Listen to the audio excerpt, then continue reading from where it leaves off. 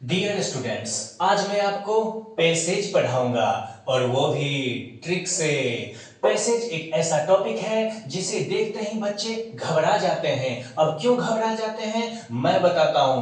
क्योंकि जब पैसेज आपके एग्जाम में पूछता है तो बच्चे पढ़ने लग जाते हैं इसे, और पढ़ते पढ़ते कोई भारी भरकम वर्ड नजर आ जाता है तो वहां पे बच्चा डेमोरलाइज हो जाता है। वो समझता है अब कैसे बनेगा।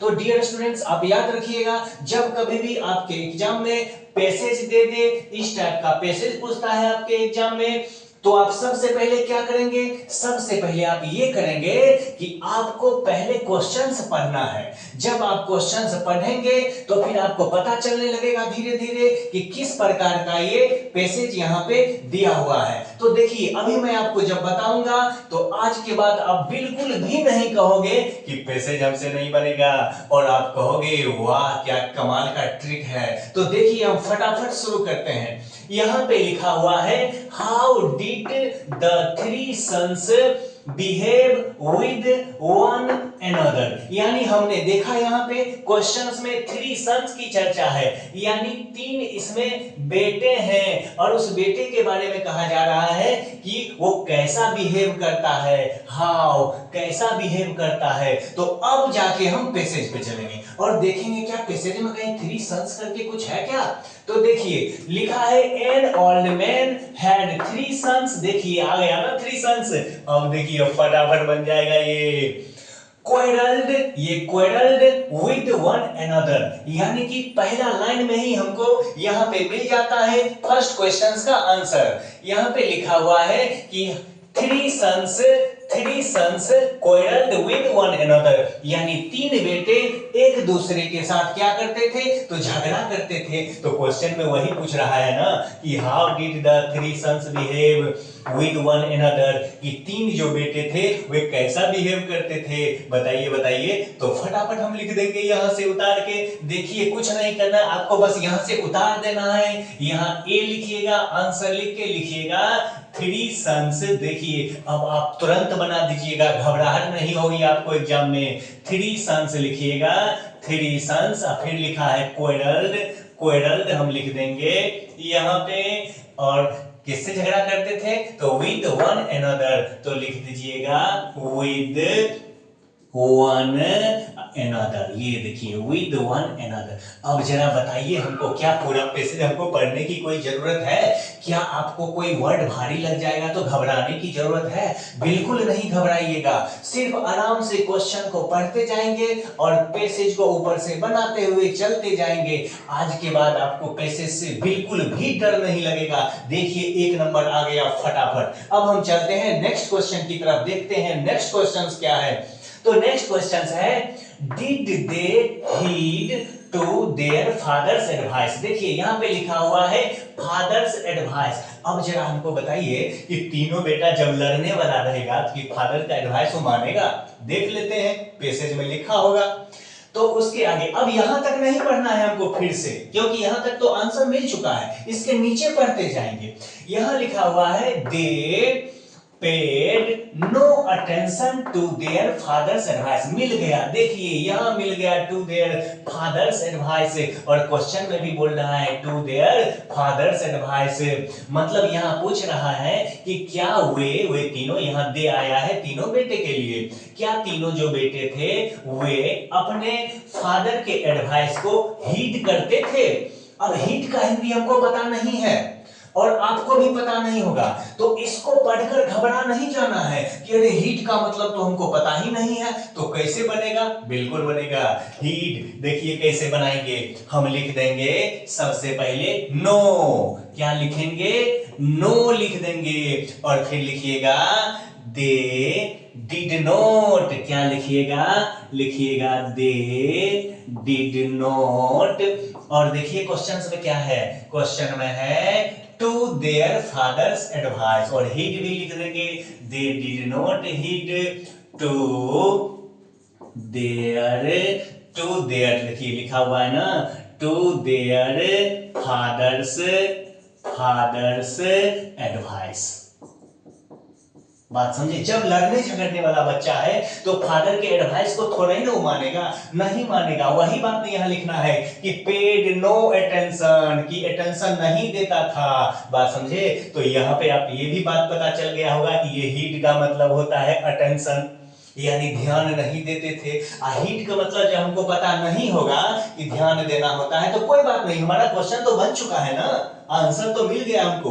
2 लिखे, 2 नंबर फटाफट आ गया। फिर तीसरा लिखेंगे, 3 नंबर आ जाएगा। तो याद रखिएगा, पैसे देकर घबराइएगा नहीं, बल्कि आराम से उसको बनाते जाइएगा, क्योंकि मैं आपके साथ हूं ना नया नया ट्रिक बताने के लिए। अब देख लेते हैं फिर अगला क्वेश्चन क्या है।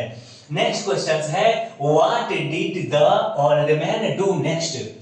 अब इसमें बोला जा रहा है वो जो ओल्ड मैन था ना, ये जो ओल्ड मैन था नेक्स्ट यानी बाद में क्या किया। यानी बच्चे जब झगड़ते उगड़ते होंगे, एडवाइस नहीं मानते होंगे, तो उस ओल्ड मैन ने क्या किया होगा। अब उस चीज को जरा देखिए, यहाँ पे हम जानते हैं। तो फिर आगे पढ़िए, यहां तक तो आंसर मिल चुका है हमारा, ये फुल स्टॉप तक हमें नहीं पढ़ना है। आगे पढ़िएगा, आगे ही आंसर मिलेगा। इसको लिखा है, वन डे ही called all his sons, यानी अपने बेटे को बुलाया, together and gave them a bundle of sticks and asked each of them to try in turn and break the bundle। देखिए मिल गया ना इसका आंसर यहाँ पे। यहाँ तक तो काम हो चुका है हम लोगों को। अब देखिए यहां से इसका आंसर मिलेगा। बोल रहा है कि ओल्ड मैन ने क्या किया, तो हम लिख देंगे कि वो जो ओल्ड मैन था, यहां से old man called all sons together, यहां से पूरे, और एक बंडल दिया, और फिर बोला सारे बेटे को ट्राई इन टर्न, कि आओ और बंडल को ब्रेक करो, तोड़ो, ये बात बोला। अब जरा बताइए कितना आसानी से। अब 3 नंबर को हम लिखेंगे इसे, देखिए सी नंबर है ना, ए बी सी, सी करके और आराम से आप क्या कीजिएगा, तो ओल्ड मैन ने क्या बोला, यहां देखिए लिखा है ओल्ड मैन ने क्या, नेक्स्ट आगे क्या किया, तो आगे क्या किया, आगे ये किया कि ही की जगह पे लिख देंगे ओल्ड मैन। ओल्ड मैन ने, ये जो ही है यहाँ पे, यहाँ लिख दीजिएगा ओल्ड मैन। अब पूरा उतार दीजिएगा, कुछ कलाकारी है ही नहीं, बंडल तक उतार देंगे, कहानी खत्म। सी का आंसर हाजिर हो गया हमारा, वहां से यहां तक लिख देंगे। देख रहे हैं ना। अब जरा बताइए, पैसेज यदि आपके एग्जाम में पूछेगा तो क्या आप इसको पूरा पढ़िएगा पहले? नहीं, आराम से क्वेश्चन पढ़ना है। क्वेश्चन से ही आपको पता चल जाएगा कि किस टाइप का बात इसमें पूछ रहा है, और फिर आराम से, मैंने यहां तक पहुंच गया। अब जब अगला वाला बनाएंगे तो फिर शुरू से नहीं पढ़ेंगे इसको, नीचे ही आंसर मिलेगा। देखिए देखिए, अभी मैं बता देता हूं आपको। तो सी नंबर यहां से यहां तक हो गया, यहां से यहां तक आप समझ गए होंगे। अब देखिए अगला क्या है। नेक्स्ट क्वेश्चन है यहाँ पे, यहाँ देखिए प्यारे बच्चों, यहाँ क्वेश्चन दिया हुआ है, what moral do you get from the above passage. यानी ऊपर में जो पैसेज दिया हुआ है ना, इससे क्या मोरल आपको मिलता है। मोरल मतलब होता है नैतिक शिक्षा। कौन सा मोरल आपको मिला है, कौन सा ये जो पैसेज है यहाँ पे, ये पूरा पैसेज, इससे क्या मोरल मिला है। तो हम थोड़ा और पढ़ लेंगे और देखेंगे कौन सा मोरल मिला है। लेकिन याद रखिएगा, ये डी नंबर क्वेश्चन के लिए फिर से पूरा नहीं पढ़ने लग जाना है, बिल्कुल इसके नीचे। अब तो इतना 3-4 लाइन बचा ही है, यहीं पे हमारा आंसर मिलेगा। ये नहीं कि क्योंकि शुरू वाला का काम हो चुका है, इतना काम हमारा क्या हो चुका है, बिल्कुल हो चुका है। यहां से हम आंसर निकाल चुके हैं, अब नीचे से हम आंसर निकालेंगे। तो देखिए यहाँ पे मोरल पूछ रहा है, क्वेश्चन क्या है जरा देखिए। मोरल, कौन सा मोरल आप यहाँ से सीखते हैं, गेट मतलब सीखना। तो देखिए यहाँ पे क्या है लिखा है, each of them tried but failed. यानी सारे जो बेटे आए थे ना, वो बंडल तोड़ने की कोशिश की लेकिन फेल हो गए। The old man then asked them to untie the bundle and break the sticks separately। separately मतलब आपको जरूर पता होगा, और नहीं भी पता है तो कोई दिक्कत नहीं है, हमको इसका हिंदी ढूंढना ही नहीं है। बस इतना सोच लीजिएगा कि ओल्ड मैन ने उस बंडल को बोला अनटाई करने के लिए, यानी खोलने के लिए, और फिर बोला सभी बेटे को चलो अब तोड़ो। पहले बंडल दिया तोड़ने के लिए, बंडल नहीं टूटा तो बोला बंडल खोल दो, अनटाई कर दो और तब तोड़ो। देखिए तब क्या होता है, तब होता है, यहां लिखा है not to speak of the elder. क्या लिखा है यहाँ पे, एल्डेस्ट लिखा है प्यारे बच्चों। क्या लिखा है, एल्डेस्ट या फिर एल्डर भी आप यहाँ पे लिख सकते हैं। The elder, even the youngest one, broke the sticks without any difficulty. मतलब समझ रहे हैं ना, जब वहां पे बोला गया कि अब खोल दो बंडल को, तब छोटका वाला जो था ना, सबसे छोटका वाला, एल्डेस्ट, सबसे छोटका वाला था, वो भी, और जो बड़का वाला बेटा था, वो सब मिल के एकदम धड़धड़ा के तोड़ दिया। बंडल कोई नहीं तोड़ पाया, लेकिन जब खोल के बूढ़ा बोला तो जो एल्डेस्ट था, बड़ा वाला बेटा, वो भी, यंगेस्ट था, वो भी तोड़ दिया बिना डिफिकल्टी भी नहीं हुआ, कोई डिफिकल्टी नहीं हुआ।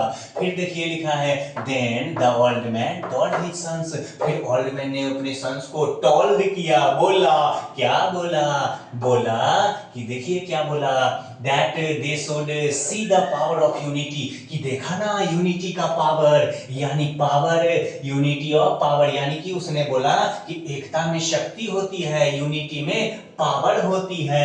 अब लग रहा होगा ना इस क्वेश्चन का आंसर, मोरल कौन सा मोरल, तो यूनिटी इज स्ट्रेंथ, यानी यूनिटी में शक्ति है, पावर है, यही मॉडल है ना। तो अब पूरा पढ़ने की क्या जरूरत है, हमें तो आंसर यही मिल गया ना। फिर भी आपको पूरा पढ़ने का मन होगा तो पढ़ लेना, मैं तो अपना टाइम बर्बाद नहीं करूंगा इसको पढ़ के, और आप भी एग्जाम में टाइम बर्बाद मत करना, फटाफट सब क्वेश्चंस बनाना।